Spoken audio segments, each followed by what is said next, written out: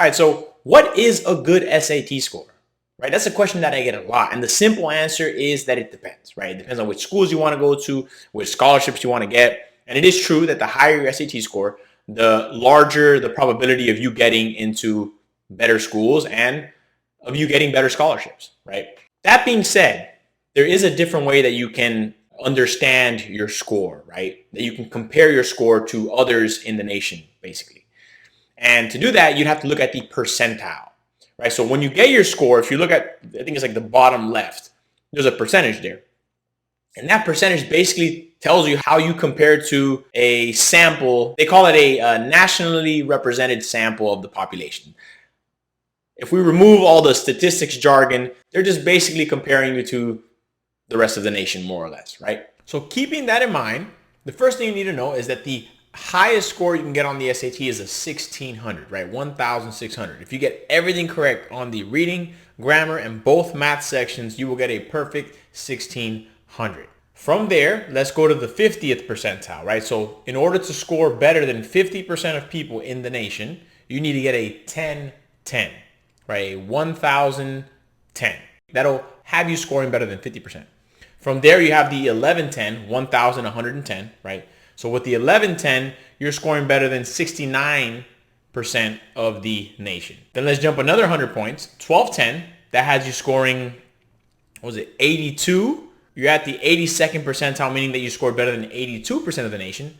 Then you have the 1310 has you at the 92nd percentile. And then the 1410 at the 97th percentile. So with a 1410, you're already scoring like, you're up there. You know what I'm saying? Like only 3% of people in the nation score better than you.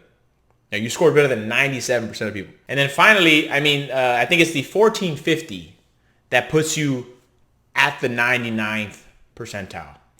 So, after that, obviously, depending on where you're trying to apply, and this is where I said it depends. A 1450 versus a 1500, like that may or may not, that's probably not going to make or break you. But yes, at certain schools, if it's really competitive, then maybe getting that 1550 or something might give you a slight edge, although I'd argue that there's other things in your application that are probably going to matter more at that point. This is one way that you can look at your scores and compare yourself to how everyone else in the nation does.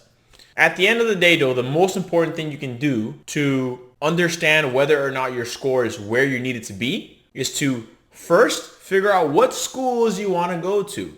One approach is just to make a list regardless of scores. Like let's say you have no idea and you just have, you don't know where you're at, you don't have a score, and you're just trying to figure out what score you need to get. Let's say you're a sophomore or an early junior and you've never taken an SAT. And you just want to figure out, what do I need?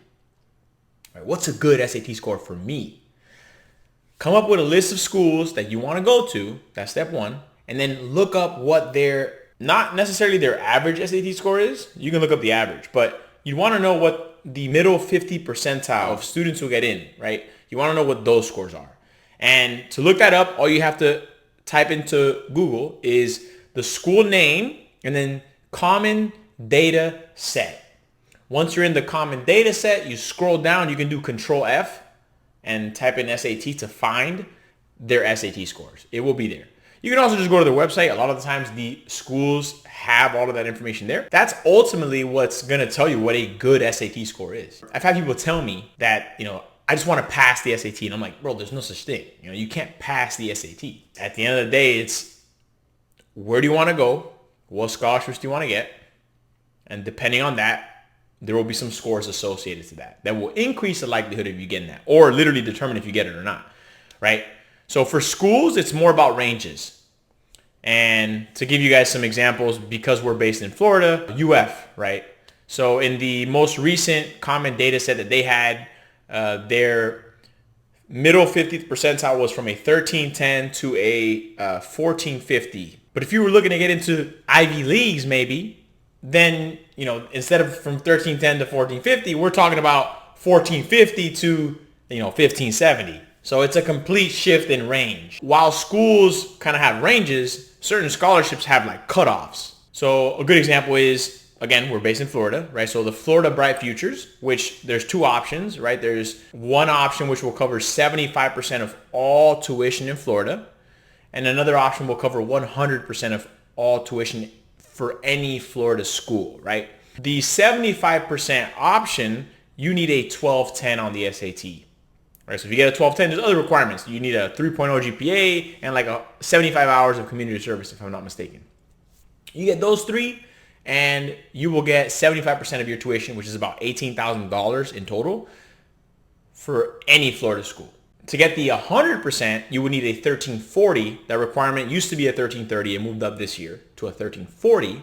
A 3.5 weighted GPA. I didn't mention that it was weighted, right? So for the 75%, it was a 3.0 weighted. For the 100%, it's a 3.5 weighted. And then I think it's 100 hours of community service. Don't quote me. But for the SAT, that's a fact, right? 1210 for 75%, 1340 for the 100%.